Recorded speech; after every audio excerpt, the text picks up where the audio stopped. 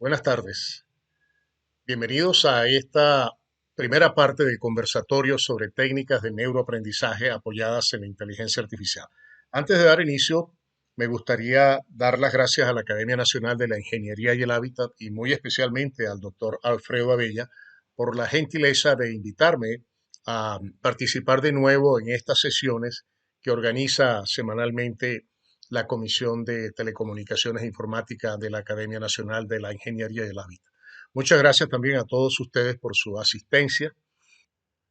Antes de iniciar la presentación de este conversatorio, permítanme leer uno de los fragmentos del conocido libro del filósofo francés Edgar Morin, titulado Los siete saberes necesarios de la educación del futuro, que dice lo siguiente, abro comillas: uno de los desafíos más difíciles será el de modificar nuestro pensamiento de manera que enfrente la complejidad creciente, la rapidez de los cambios y lo imprevisible que caracterizan a nuestro mundo.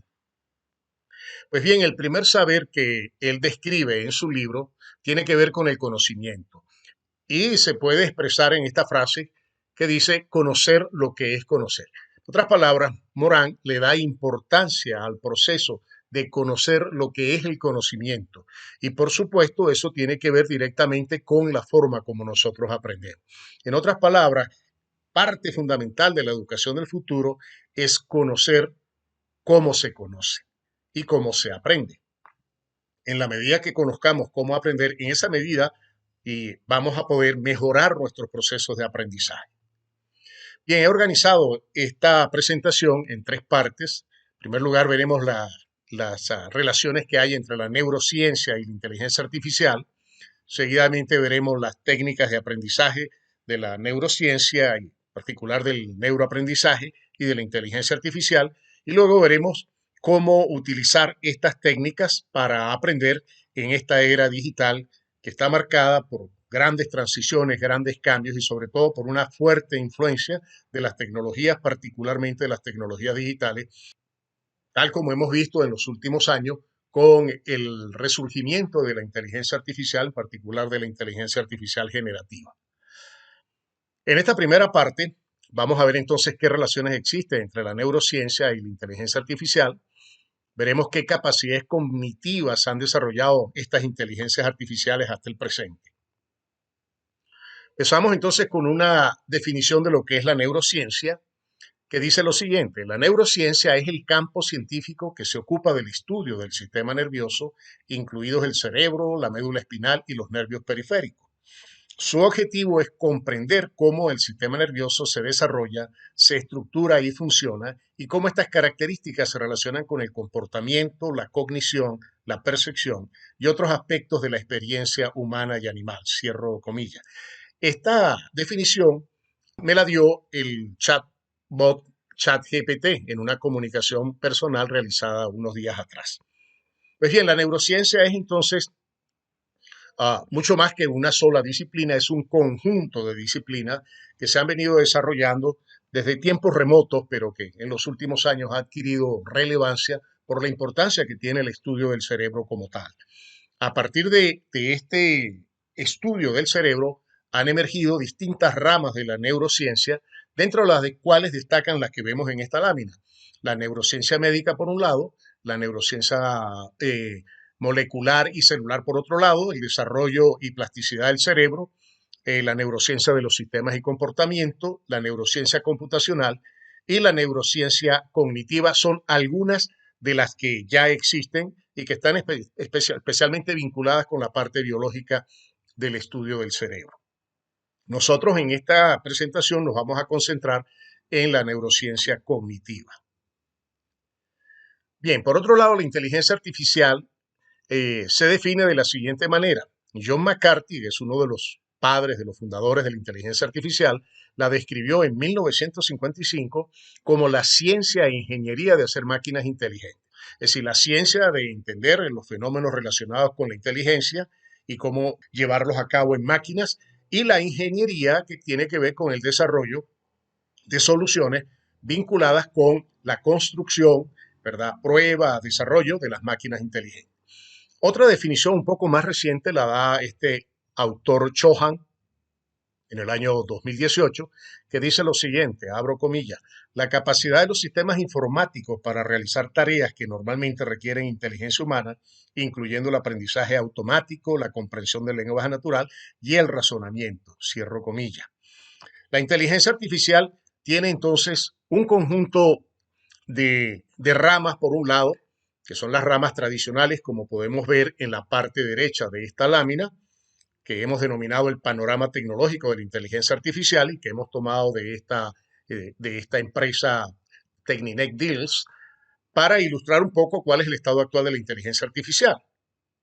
En la parte derecha tenemos entonces las ramas tradicionales, los sistemas autónomos, el aprendizaje de máquina, el aprendizaje profundo, las redes neuronales, el reconocimiento de patrones, el procesamiento del lenguaje natural y los chatbots, como lo hemos visto recientemente.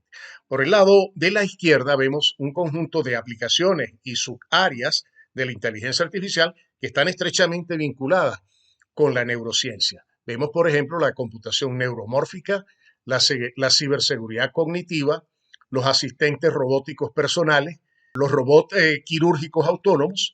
Vemos también los juegos controlados por el pensamiento y así una serie de aplicaciones y ramas o áreas de estudio de la inteligencia artificial que guardan una estrecha relación con la neurociencia. La inteligencia artificial tiene un conjunto de ramas que tradicionalmente se han venido explorando prácticamente desde sus inicios, a mediados de años del siglo pasado. Entre ellos se destaca la visión por computadora, la computación evolutiva, la inteligencia artificial afectiva, el procesamiento del lenguaje natural, el procesamiento de audio, habla, es decir, de voz, el aprendizaje automático, la representación de conocimientos y ontologías, la planificación y la toma de decisiones y la robótica son básicamente las áreas más importantes que tiene la inteligencia artificial y que se han venido desarrollando a lo largo del tiempo durante estos 70 años de vida que tiene esta disciplina asociada estrechamente a la computación. Bien, he destacado en esta lámina 3, como es el procesamiento del lenguaje natural, el procesamiento de audio, habla y voz, en otras palabras, y el aprendizaje automático, porque ellas en muy buena medida son las que definen una nueva área o un área que ha tenido un boom particular durante los últimos años, que es el área de la inteligencia artificial generativa y todo el conjunto de aplicaciones que han emergido en los últimos meses, como es el chat GPT de la empresa OpenAI, Bard de Google y Bing de Microsoft, por mencionar uno de los cientos y probablemente miles de aplicaciones que van a surgir, que han surgido y que van a surgir en los próximos años, vinculadas todas con la inteligencia artificial generativa. Ya vamos a hablar un poco más sobre la inteligencia artificial generativa y cómo ella podría ser usada en los procesos de aprendizaje. Pues bien, lo importante de ver la neurociencia, definirla y ver sus áreas, y lo mismo la inteligencia artificial, es que ambas a lo largo del tiempo han mantenido una estrecha relación. Por un lado, la neurociencia ha aportado una serie de conceptos, de fundamentos, de procesos a la inteligencia artificial, como lo vimos al describir las distintas áreas o disciplinas que conforman la inteligencia artificial. Pero por otro lado, la inteligencia artificial también ha aportado, ¿verdad?, mucho al desarrollo de la neurociencia, como lo podemos destacar en la parte de la neurociencia computacional y como vamos a ver más adelante con la neurociencia del aprendizaje y la neurociencia de la educación o neuroeducación.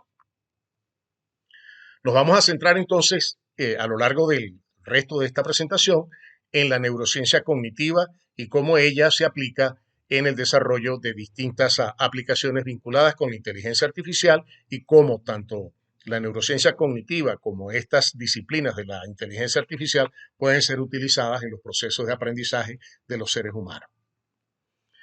Es importante también definir y diferenciar lo que es la cognición de la inteligencia humana. La cognición la define en una conversación que tuvimos con este chatbot Google Bard, la define como lo siguiente, abro comillas: la cognición es el proceso mental de adquirir conocimiento y entendimiento a través del pensamiento, experiencia y los sentidos.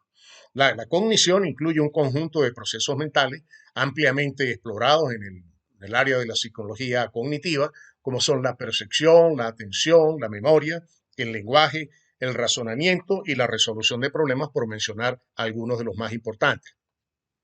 Por otro lado, la inteligencia humana es una habilidad, es la habilidad que tenemos nosotros los seres humanos para aprender, entender y aplicar el conocimiento adquirido a través de los procesos de cognición. Entonces es la habilidad que posee el ser humano para adaptarse a nuevas situaciones y resolver problemas en diferentes contextos. ¿En qué difieren estas dos definiciones o estas dos áreas, disciplinas? Difieren en lo siguiente. La cognición es, tal como lo hemos definido, el proceso de adquirir conocimiento, mientras que la inteligencia es la habilidad para usar ese conocimiento.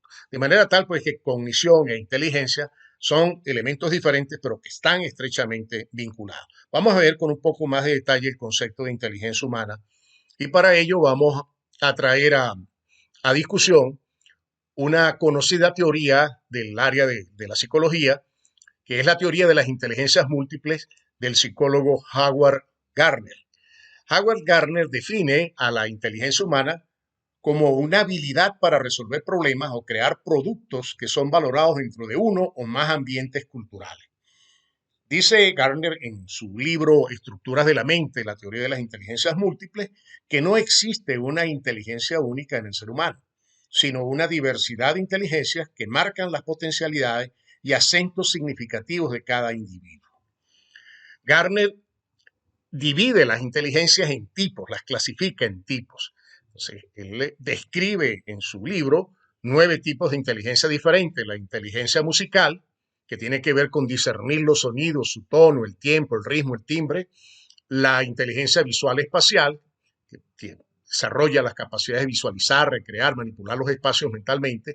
La naturista, de entender la naturaleza, detectar distinciones, clasificar especies. La intrapersonal, de comprender emociones, sentimientos y pensamientos propios. La lógico-matemática, que desarrolla las capacidades de razonar, cuantificar cosas, resolver problemas, hacer hipótesis y probarlas, y así sucesivamente otro tipo de inteligencia como la existencial, la interpersonal, la corporal kinestésica, muy relacionada con las actividades deportivas, y una fundamental en el proceso de aprendizaje a través del texto de los libros, como es la parte lingüística verbal, que es la inteligencia asociada a encontrar palabras correctas para expresar lo que uno quiere. Bien, estas inteligencias humanas guardan una estrecha relación con el desarrollo de la inteligencia artificial. Y es que la inteligencia artificial a lo largo del tiempo ha venido explorando cada una de estas 9 inteligencias, aunque no lo ha hecho de manera expresa, pues no hubo la intención inicial de hacerlo, pero podemos ver, comparando la lámina anterior con esta, cómo la inteligencia artificial ha venido desarrollando gradualmente aplicaciones, áreas de estudio vinculadas con estos 9 tipos de inteligencia. Vemos, por ejemplo, cómo la visión por computadora, que es una de las disciplinas más tradicionales de la inteligencia artificial, está asociada a un tipo de inteligencia que es la inteligencia visual espacial.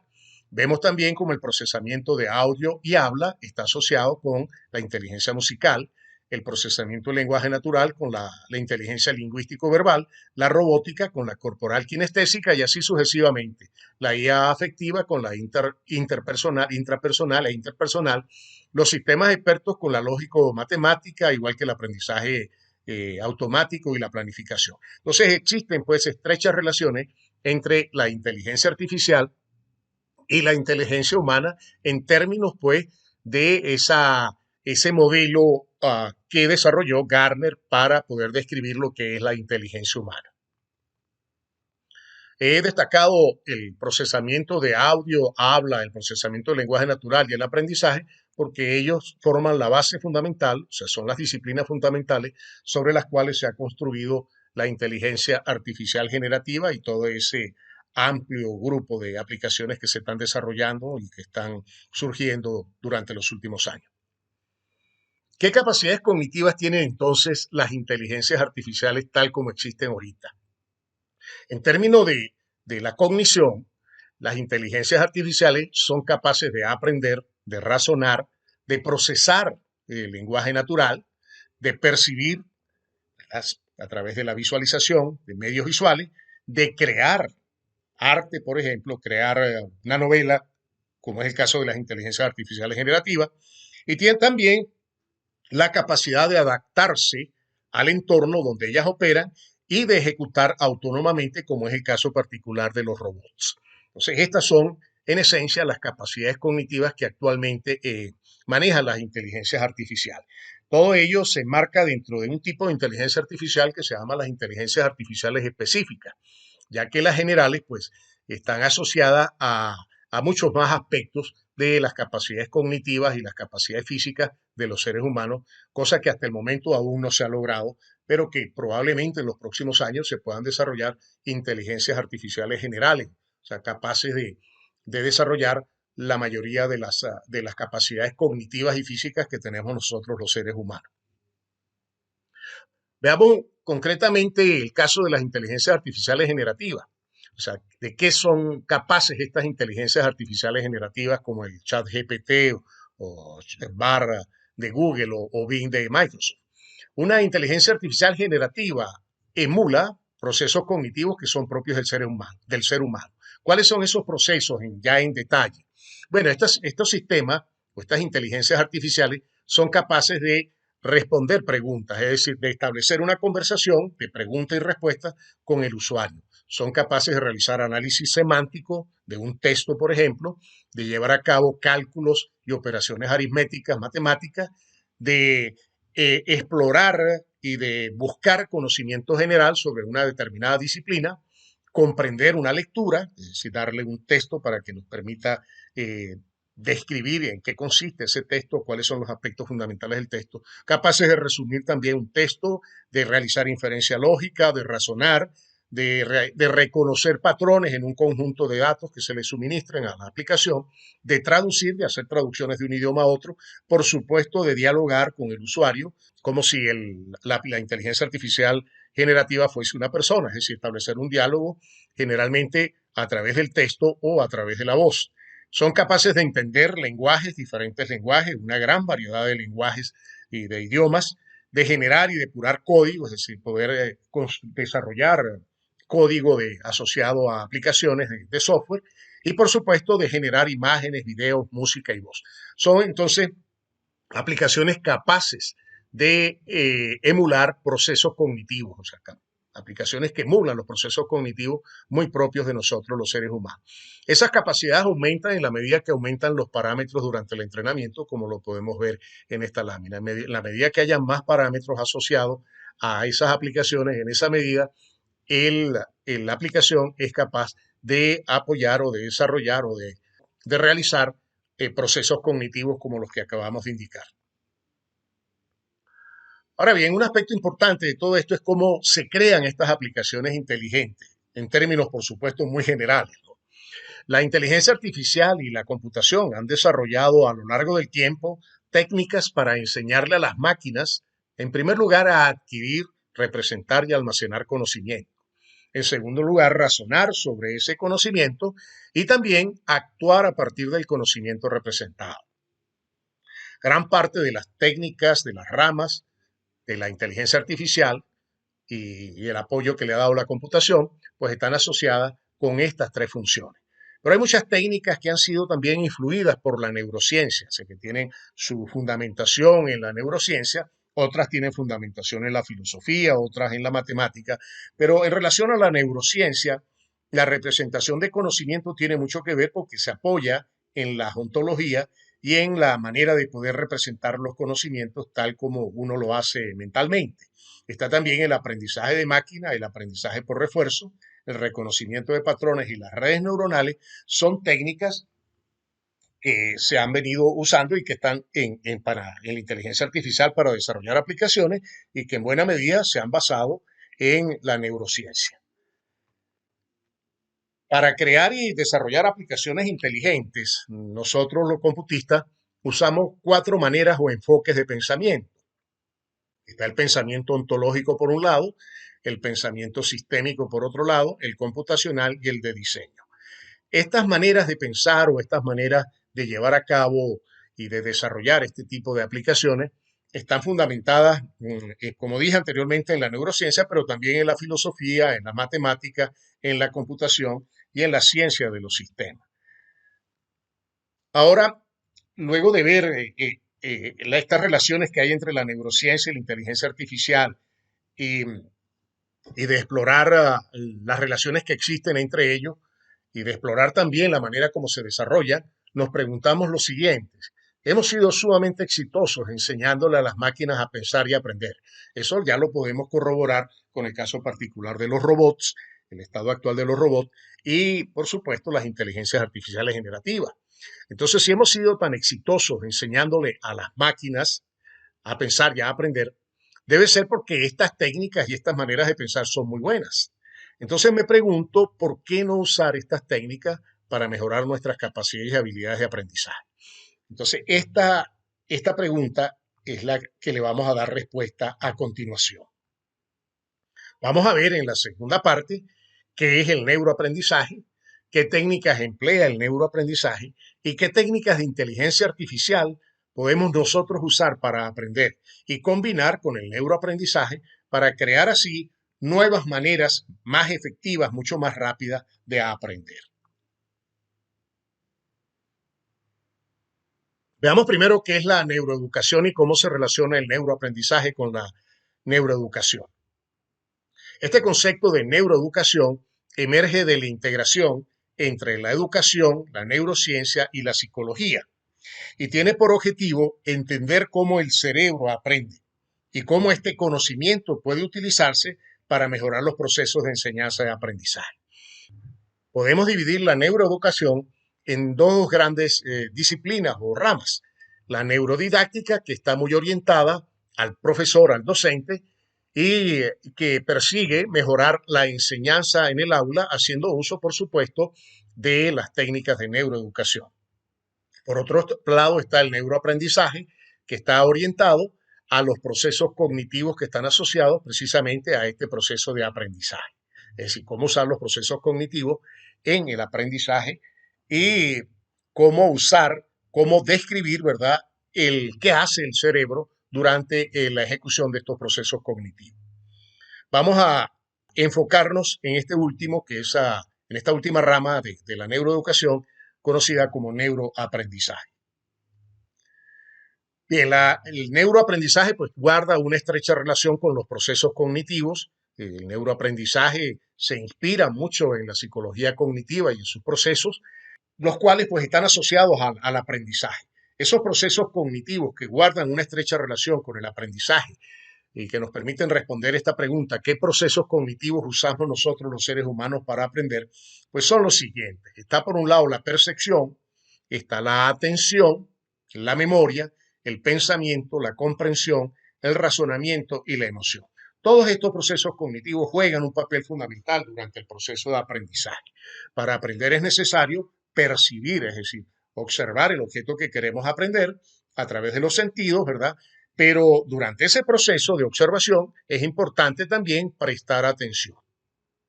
Del resultado del proceso de percepción y atención, pues por supuesto está la memoria con su clasificación, la memoria de corto plazo, donde se captan lo que los sentidos han captado, y la memoria de largo plazo, donde vamos a almacenar el producto de la conceptualización. Es decir, en otras palabras, vamos a almacenar allí los resultados del proceso de pensamiento, que tiene que ver con los procesos de conceptualización y los procesos de simbolización. Luego está la comprensión, que sea la comprensión del lenguaje, el lenguaje natural, el razonamiento y por supuesto la emoción. La emoción juega hoy en día un papel muy importante en el proceso de aprendizaje. En la medida que nosotros le pongamos empeño, esfuerzo, emoción al acto del aprendizaje, pues en esa medida nosotros podemos mejorar los resultados de este proceso de aprendizaje. Bien, dentro de estos procesos cognitivos voy a referirme a estos en particular, al pensamiento, que es la manera como nosotros adquirimos conocimiento fundamentalmente, es decir, sobre todo el conocimiento de tipo conceptual que nos va a permitir a nosotros entender el mundo que nos rodea.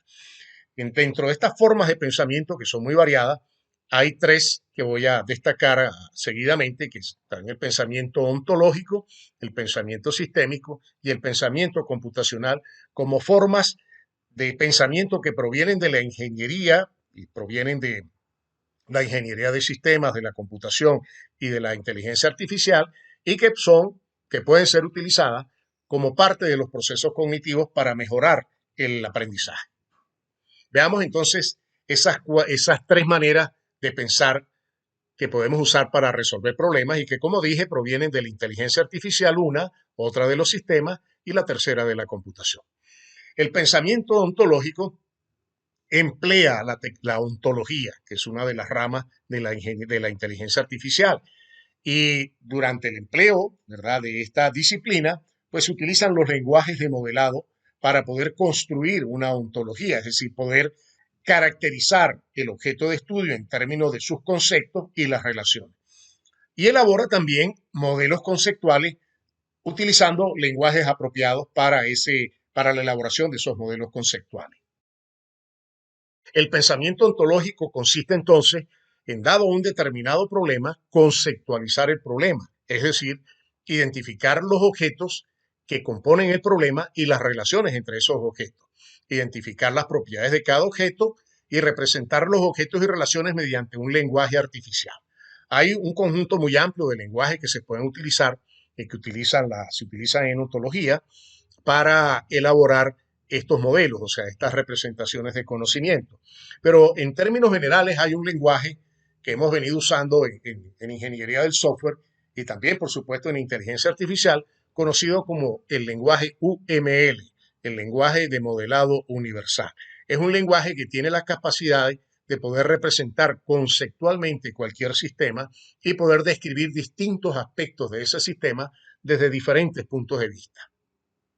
Bien, por otro lado está el pensamiento sistémico, que bueno, obviamente pues, tiene su origen en la teoría de sistemas, emplea enfoques de sistemas, usa también lenguaje de modelado para elaborar unos modelos sistémicos que permiten representar un determinado problema, o mejor dicho, representar el problema como un sistema, es decir, en términos de sus partes y en términos de las relaciones entre esas partes, de tal manera que el problema pueda ser visto desde diferentes perspectivas, es decir, verlo desde distintos ángulos o perspectivas, identificar la estructura que tiene ese sistema, la funcionalidad, observar su comportamiento y relacionar el objeto con su ambiente. Esta manera de resolver el problema es muy común en muchas disciplinas. De hecho, es la biología la que da origen a esta manera de pensar, el pensamiento sistémico. Y hoy en día, pues, existen carreras vinculadas, como es la carrera de Ingeniería de Sistemas que nosotros ofrecemos en la Universidad de los Andes. Luego está el pensamiento computacional, que, como su nombre lo dice, pues tiene su origen en la computación. Este pensamiento computacional emplea un conjunto de principios computacionales para poder desarrollar aplicaciones. Usa, por supuesto, los lenguajes de programación para la construcción de las aplicaciones y elabora fundamentalmente algoritmos que son la base fundamental de las aplicaciones. Es decir, a partir de los algoritmos, usando los lenguajes de programación, pues podemos construir las aplicaciones. El pensamiento computacional tiene básicamente 5 principios. El principio de abstracción, de descomposición, de algoritmos, de reconocimiento de patrones y de evaluación. Abstraer pues, va a significar que cuando estemos resolviendo un problema nos concentremos en aquello que es relevante. También es importante para poder abordar la complejidad del problema, descomponerlo en varios niveles y ir descomponiendo gradualmente hasta tener un mapa completo del problema descompuesto en partes y ver, por supuesto, sin perder de vista las relaciones que existen entre las distintas partes que emergen de ese proceso de descomposición. Luego, la solución al problema se diseña mediante algoritmos. Es importante también reconocer que hay patrones similares que podemos usar para diseñar la solución. Y finalmente, la solución que nosotros hayamos escogido para resolver el problema tiene que ser evaluada, es decir, tiene que ser probada. Bien, estos son entonces 3 maneras distintas de pensar. Hay una cuarta que no he querido mencionar y que mencioné en charlas anteriores, que tiene que ver con el pensamiento de diseño y con las técnicas y estrategias que existen actualmente para innovar, es decir, para crear soluciones innovadoras y estimular la creatividad. Veamos ahora entonces las categorías de neuroaprendizaje. El neuroaprendizaje ha venido desarrollando durante sus pocos años de existencia distintas maneras de aprender. Está el aprendizaje asociativo, aprendizaje por refuerzo, el perceptivo, el conceptual, el experiencial el algorítmico, el multimedia y por supuesto hay otros nuevas maneras, nuevos tipos de aprendizaje que se van incorporando a esta lista que estamos construyendo en esta lámina. El aprendizaje asociativo tiene que ver con las relaciones que el ser humano establece entre los objetos. Aquí podemos ver cómo podemos relacionar el timbre, ¿verdad?, con el encendido de un bombillo. El aprendizaje por refuerzo tiene que ver con las relaciones que hay entre la persona o el agente y su ambiente. Y el ambiente, pues, recompensa en función de la interacción que el agente tenga con su ambiente.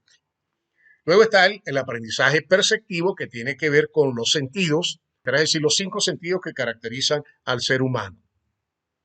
Está luego el conceptual, que nos permite conceptualizar el mundo, ¿verdad? Es decir, establecer cuáles son los conceptos y relaciones de un determinado problema o de una determinada disciplina o de una tecnología, aplicando las ontologías y construyendo para ello un modelo conceptual. Está también el aprendizaje experiencial, que tiene que ver con poner en práctica, ¿verdad?, lo aprendido, es decir, usar el objeto de estudio que hemos aprendido a través de los otros tipos de aprendizaje anteriores, por ejemplo, y ponerlo en práctica. Y a través de ese proceso llevamos a cabo la experiencia concreta, hacemos una observación reflexiva, conceptualizamos y experimentamos nuevamente. Nos quedamos en ese ciclo experimentando hasta que alcanzamos, ¿verdad?, una cierta habilidad, una cierta destreza relacionada con el objeto de estudio. Tenemos luego el aprendizaje algorítmico, mediante el cual pues construimos un algoritmo como resultado del proceso de aprendizaje de una determinada actividad. Y finalmente está el aprendizaje multimedia, en el cual utilizamos diferentes medios para mejorar el aprendizaje. Vamos a ver algunas de estas categorías de neuroaprendizaje con un poco más de detalle. Veamos en primer lugar el aprendizaje asociativo. Es un tipo de aprendizaje en el cual relacionamos dos o más estímulos separadamente. Los estímulos pueden ser aquí objetos concretos, pueden ser eventos o pueden también ser objetos abstractos. Y establece este tipo de aprendizaje una relación funcional entre dos objetos, como es el caso del ejemplo que hemos utilizado para caracterizarlo. En este caso, el apagador, ¿verdad?, enciende o apaga el bombillo. Se establece entonces entre dos objetos distintos una relación de naturaleza funcional. Y es que este segundo objeto reacciona ante lo que ocurre en el caso particular del primer objeto que está funcionalmente relacionado. Luego está el aprendizaje por refuerzo, que es un tipo de aprendizaje mediante el cual un sujeto interactúa con su ambiente y aprende en función del refuerzo positivo, es decir, de los elogios, o negativos del castigo que le proporciona el ambiente. Aquí podemos ver cómo un agente, en este caso una persona, interactúa con el medio ambiente y el medio ambiente le recompensa o le castiga en función de las acciones que tiene, lo cual permite entonces mejorar su proceso de aprendizaje gradualmente. ¿Okay? Mejorar, en otras palabras, el conocimiento adquirido como resultado del aprendizaje. Luego está un tipo de aprendizaje bastante interesante, que es el aprendizaje multimedia, y que está asociado a la teoría de aprendizaje de este conocido psicólogo Richard Meyer, que explica cómo un sujeto aprende de las palabras y de las imágenes, y de una combinación de ambas. Está basado en la idea de que la mente humana posee dos canales diferentes para procesar información textual y gráfica. Un canal lo usa para la información textual, el otro para la información gráfica. Y el principio fundamental de esta manera de aprender, de este tipo, categoría de aprendizaje, es que la gente o el ser humano aprende muchísimo mejor a partir de las palabras, es decir, de la combinación de palabras e imágenes, que solamente de las palabras. Un ejemplo de eso lo tenemos en esta presentación. Esta presentación está combinando, ¿verdad?, texto con imágenes. Y le aseguro que el proceso de aprendizaje al finalizar esta presentación es muchísimo mayor que aquel que resultaría si solamente hubiésemos escrito todo lo que yo acabo de explicar anteriormente. Esta manera de aprender también inspiró en muy buena medida las diferencias que existen en la creación de las inteligencias artificiales generativas, es decir, las generativas vinculadas con el texto se crean y se desarrollan siguiendo algoritmos y métodos diferentes a aquellos que se usan para procesar las imágenes, es decir, para generar imágenes. Las otras categorías de neuroaprendizaje son la siguiente: el aprendizaje perceptivo, que es de tipo sensorial, como dije anteriormente, y que percibe las propiedades físicas del objeto de estudio. Es muy utilizado cuando tenemos un primer contacto con un objeto, bien sea un objeto de tipo físico o abstracto. Es decir, el primer contacto, ese contacto que tenemos, es esencial porque a través de los sentidos nosotros vamos a poder percibir las características que ese objeto que nosotros estamos estudiando tiene. Luego está el aprendizaje conceptual, que ya es de tipo cognitivo, en que a partir de la percepción y de lo que nosotros tenemos en procesos de aprendizaje anteriores almacenado en la memoria, pues nos va a permitir conceptualizar y modelar el objeto de estudio, es decir, relacionar ese objeto de estudio con otros objetos y determinar cuáles son las propiedades que caracterizan el objeto de estudio. En este ejemplo vemos que este dron en particular, esto es un dron, a partir de ese aprendizaje perceptivo y asociando con otros sistemas que hemos estudiado anteriormente, podemos construir un modelo conceptual. O sea, podemos establecer la diferencia entre un dron por ejemplo, de tipo militar o un dron de tipo civil. O podemos establecer las diferencias que existen entre un dron y otros objetos voladores conducidos por el hombre, es decir, con el caso particular de los aviones. Está también el aprendizaje algorítmico, que es de tipo procedimental y que describe la secuencia de pasos bien para usar o manejar el objeto de estudio. O sea, aquí los algoritmos pues, nos van a permitir describir o aprender cómo podemos nosotros llevar a cabo algunos de los procesos relacionados con ese objeto que nosotros estamos tratando de aprender. Y luego está el aprendizaje experiencial, que es de tipo vivencial, en el cual pues vamos a desarrollar habilidades y destrezas en el uso del objeto de estudio, tal como se ilustra en esta lámina con el uso del dron. Veamos ahora, para finalizar, cómo estas técnicas que acabamos de describir, provenientes del neuroaprendizaje y de la inteligencia artificial, se pueden combinar para que podamos hacer más efectivo, más eficiente y mucho más rápido nuestro proceso de aprendizaje, sobre todo en una era como la era en la que nos tocó vivir, la era digital, que está, como lo dije al comienzo, marcada por transformaciones originadas fundamentalmente por los avances de las tecnologías, sí, debido en buena medida a la aceleración tecnológica, y en la cual pues la inteligencia artificial ha contribuido significativamente en lograr una transición de lo que llamamos anteriormente la era de la información y el conocimiento a una nueva era, que es la era digital o la era de la inteligencia artificial. Vamos a ver también un ejemplo de cómo podemos aprender una determinada tecnología digital usando las técnicas anteriores. Un punto importante para poder aprender es conocer cómo nosotros aprendemos. Y esto tiene que ver con el acto de conocer, la conocida relación sujeto-objeto, que ha sido ampliamente explorada en la filosofía, sobre todo en la ontología, y que la definimos como sigue, es decir, el acto de conocer se define como un proceso, abro comillas, un proceso en virtud del cual un ser, es decir, un sujeto dotado de la facultad de representación, aprende, es decir, captura las determinaciones formales, es decir, las propiedades de un ente que recibe el nombre de objeto. Esta definición se debe al profesor Juan Francisco Porres Rangel, profesor de la Universidad Central de Venezuela. El resultado del proceso de conocer es el concepto. O sea, cuando nosotros conocemos, el producto de ese proceso mental es un concepto y ese concepto se forma en la mente del sujeto que está conociendo. Es por lo tanto una representación mental de las propiedades que tiene el objeto. Entonces, como podemos ver en esta lámina, hay una relación entre un sujeto cognoscente y un objeto conocido. Esa relación, es básicamente el acto de conocer, eh, parte de lo siguiente: el objeto tiene en el mundo real o en el mundo donde él se encuentra localizado un conjunto de propiedades que por lo general son ilimitadas. Bueno, el sujeto capta mucho a través de sus sentidos o a través de los mecanismos o los procesos cognitivos, capta las propiedades fundamentales de ese objeto. Esas propiedades fundamentales constituyen el concepto que esta persona se arma. Por ejemplo, este sujeto está conociendo lo que es esta fruta, una manzana, Y en este proceso de conocimiento, de pensamiento, él va a captar y va a aprender aquellas propiedades que para él son importantes y que tiene ese sujeto. Por supuesto, esas propiedades son subjetivas. ¿Por qué? Porque van a variar en función del sujeto. No todos los sujetos definen las mismas propiedades para un mismo objeto de estudio. El sujeto entonces capta al objeto y le va a atribuir esas propiedades. Esas propiedades son denominadas propiedades ontológicas y dependen en muy buena medida, como lo dije, del sujeto cognoscente. Veamos con un poco más de detalle cómo aprendemos y usando el caso particular del dron, que es el sistema que hemos escogido para ilustrar cómo se aplican las técnicas de neurociencia e inteligencia artificial en este caso. Tenemos aquí un sujeto que quiere conocer a un objeto de estudio, que en este caso es un dron.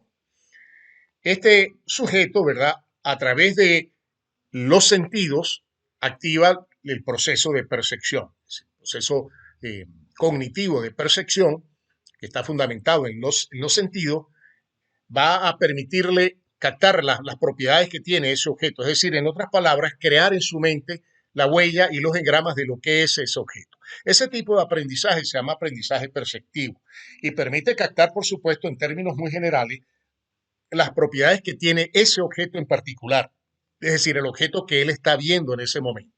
Entonces, estas propiedades son propiedades de naturaleza individual, es decir, son propiedades que están asociadas a un objeto determinado en particular, no a todos los objetos de este tipo, sino a uno solo de ellos.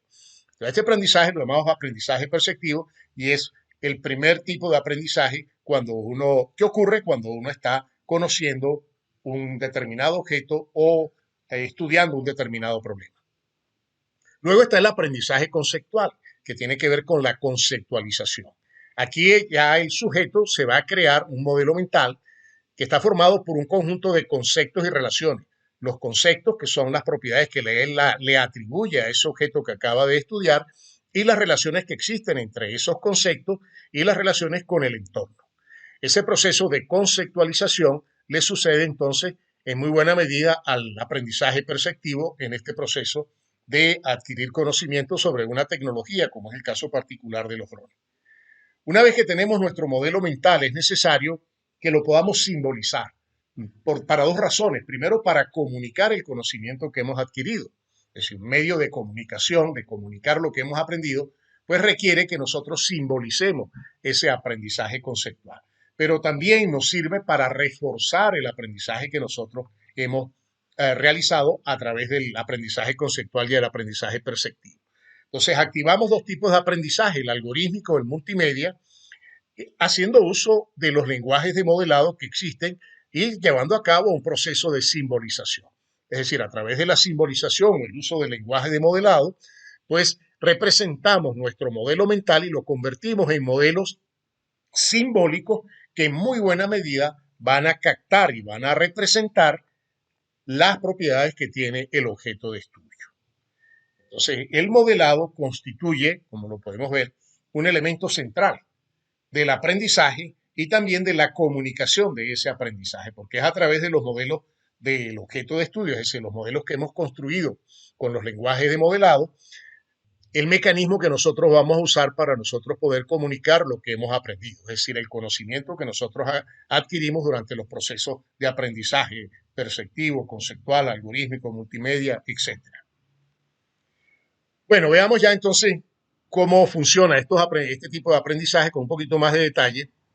El aprendizaje perceptivo va a consistir en captar esencialmente las propiedades físicas, es decir, aquellas propiedades que son perceptibles del objeto de estudio y lo hacemos a través de los sentidos.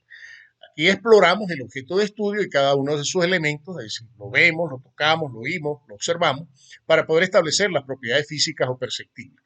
En el caso particular del dron, que es el ejemplo que estamos usando para ilustrar cómo se usan estas técnicas, pues bueno, vemos que el dron tiene un cuerpo, una cámara, tiene brazos, motores, hélices y un tren de aterrizaje.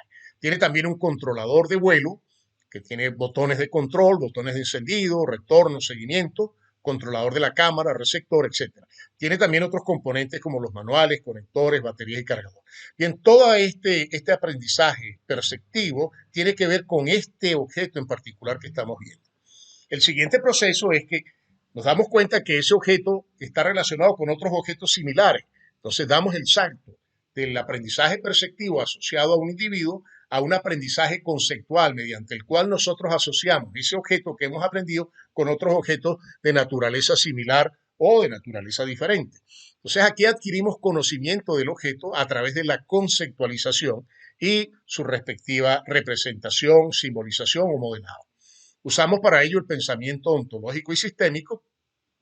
Usamos, por supuesto, un lenguaje modelado como el lenguaje UML, el lenguaje modelado unificado, los modelos entidad-relación o los mapas conceptuales de un conocido autor del área de inteligencia artificial de los años 70, el doctor Sowa, y elaboramos un modelo conceptual. Ese modelo conceptual nos va a permitir describir, ¿verdad? Definir el objeto de estudio, clasificarlo, estructurarlo, determinar su utilidad, su funcionalidad, su comportamiento, su ambiente. En otras palabras, caracterizarlo.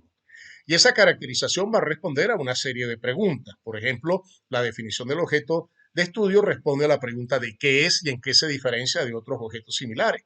La clasificación es qué tipos existen de ese objeto. La estructura nos permite establecer cuáles son los componentes y las interconexiones entre los componentes que conforman el objeto que estamos estudiando. La utilidad, para qué sirve, qué usos le podemos dar, la funcionalidad que hacen y así sucesivamente. Y observemos que muchas de estas preguntas nosotros las podemos responder con la ayuda de las inteligencias artificiales generativas.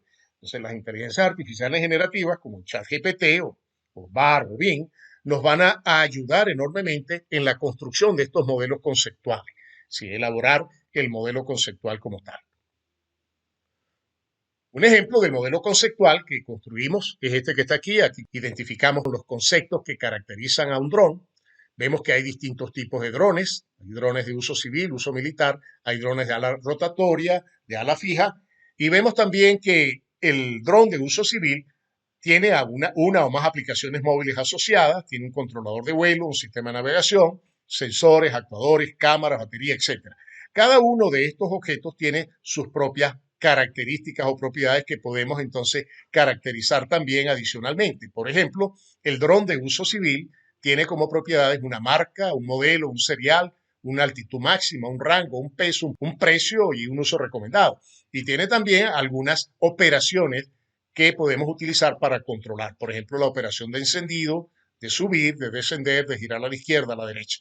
De manera tal que a través de este modelo conceptual, pues nosotros logramos conocer y por lo tanto caracterizar con debido detalle una tecnología tan compleja como puede ser esta que estamos analizando, el caso particular del dron. Y en ese modelo se puede, por supuesto, profundizar, es un modelo mucho más completo para nosotros permitir adquirir el conocimiento. Y como el proceso de aprendizaje es un proceso iterativo, pues ese modelo inicial lo podemos ir mejorando gradualmente en la medida que vamos aprendiendo. Luego está el aprendizaje algorítmico, que va a consistir en desarrollar habilidades y destrezas en el modelado de los procesos o actividades, es decir, nos va a permitir representar los procesos que están asociados al objeto que nosotros estamos estudiando. O sea, aquí podemos describir los procesos, por ejemplo, de inicio y finalización, como es, por ejemplo, el proceso de encender y apagar el dron, los procesos de operación como proceso de navegar con el dron, de tomar mediciones, o los procesos de manejo, tomar fotografías, y los procesos de manejo de datos, como procesar, por ejemplo, datos topográficos que hayan sido captados a través del dron, en el caso particular de los drones utilizados en topografía. Entonces, construimos un algoritmo que nos permite describir con bastante precisión cómo nosotros podemos usar ese objeto de estudio o cómo podemos describir un determinado proceso que caracteriza a ese objeto de estudio. Finalmente está el aprendizaje experiencial, que ya va a consistir en el desarrollo de habilidades y destrezas, ya no la conceptualización o creación de conocimientos, sino el desarrollo de habilidades y destrezas mediante la aplicación práctica de ese objeto o tecnología que estamos estudiando. Aquí podemos aplicar distintas técnicas, como puede ser la operación y manejo frecuente. En la medida que más nos topemos con ese objeto de estudio, pues vamos adquiriendo mayores habilidades y mayores destrezas en su uso. Aquí también interviene una de las formas de pensamiento que no describí, conocida como el pensamiento de diseño, y que es útil para diseñar la solución del problema que requiere, por ejemplo, en este caso, el uso de esta tecnología de los drones. O sea, por ello, a través de este proceso podemos entonces entender el problema para el cual nosotros queremos usar el dron, o sea, el problema que motiva el uso del dron, definir soluciones a ese problema, seleccionar y diseñar la mejor solución, desarrollar la solución y probar la solución son algunas de las fases que contiene el pensamiento de diseño y que son muy útiles en lo relativo al aprendizaje experiencial. Bien, ya para finalizar, vemos entonces cómo usar estos tipos de aprendizaje en el aula, es decir, cómo los profesores podemos utilizar estas técnicas que acabamos de ver para mejorar los procesos de enseñanza-aprendizaje a través de la inteligencia artificial y a través del neuroaprendizaje. En primer lugar, es importante reemplazar el típico salón de clase por una clase en grupo, que puede ser presencial o virtual.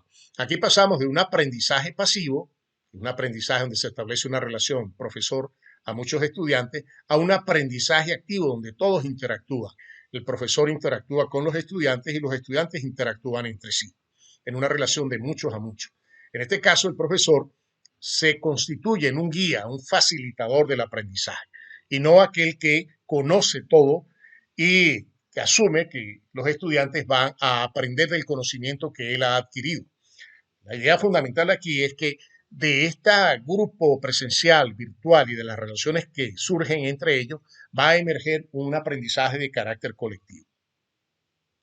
En segundo lugar, empleamos las modalidades de aprendizaje tradicionales que ya existen, por ejemplo, el aprendizaje por proyecto o el aprendizaje colaborativo. Aquí el proyecto juega un papel fundamental porque el proyecto implica resolver generalmente un problema complejo y para ese problema complejo usamos la colaboración, es decir, todos los estudiantes van a participar, van a colaborar en la solución del problema. En tercer lugar, resolvemos el problema aplicando modalidades de pensamiento adecuadas al problema que estamos estudiando. Puede ser el pensamiento crítico, el ontológico, el sistémico, el computacional o el de diseño, como lo describimos anteriormente. Finalmente, observemos que vamos a aprender, o sea, el estudiante va a aprender en este ambiente, en este entorno distinto al salón tradicional de clase, usando las categorías de aprendizaje perceptivo, observacional, conceptual, algorítmico, etcétera, categorías de aprendizaje, de neuroaprendizaje que describimos anteriormente. Y por supuesto va a usar las inteligencias artificiales generativas como un medio necesario para buscar información, para investigar, para analizar, para comparar y para clasificar. Ya para finalizar, ya a modo de colofón, podemos decir entonces que la neuroeducación y el neuroaprendizaje son áreas de estudio en pleno proceso de desarrollo. La ontología, la representación de conocimientos y las inteligencias artificiales generativas pueden combinarse con los tipos y técnicas de neuroaprendizaje para crear nuevas maneras rápidas y efectivas de aprender como las que vimos anteriormente y que he venido probando a lo largo de muchos años en mis cursos en la carrera de Ingeniería de Sistemas en la Universidad de los Andes. La neurociencia y la inteligencia artificial pues abren un abanico de oportunidades, pero también de amenazas y de muchas interrogantes. Preguntas que debemos responder es cómo podemos usarlas para enseñar y aprender de una manera rápida y efectiva. Yo ilustré una de las tantas posibilidades. Estoy seguro que más adelante el neuroaprendizaje y la misma inteligencia artificial podrían aportar nuevas técnicas para mejorar estos procesos de aprendizaje. ¿Cómo podemos nosotros cambiar los métodos tradicionales de enseñanza-aprendizaje? ¿Cómo vamos a evaluar? ¿Sí? Entonces, tenemos que idear nuevas formas de evaluar. Y, por supuesto, cómo vamos a resolver los problemas éticos de plagio, uso indebido o malintencionado. Para profundizar un poco más sobre las técnicas de aprendizaje que vimos, les invito a leer este artículo publicado en la revista de Ciencia e Ingeniería, el volumen 39 del año 2018, titulado Un método ontológico sistémico para el aprendizaje conceptual de tecnologías digitales. También parte de estas técnicas las hemos venido desarrollando en una asignatura electiva de la carrera de Ingeniería de Sistemas, conocida como Aprendizaje de Tecnologías Digitales y que en buena medida está disponible sus clases en este portal espacioinformático.com. Bien, muchísimas gracias a todos ustedes por su atención. Gracias por soportarme tanto tiempo. Abrimos entonces un espacio para el conversatorio.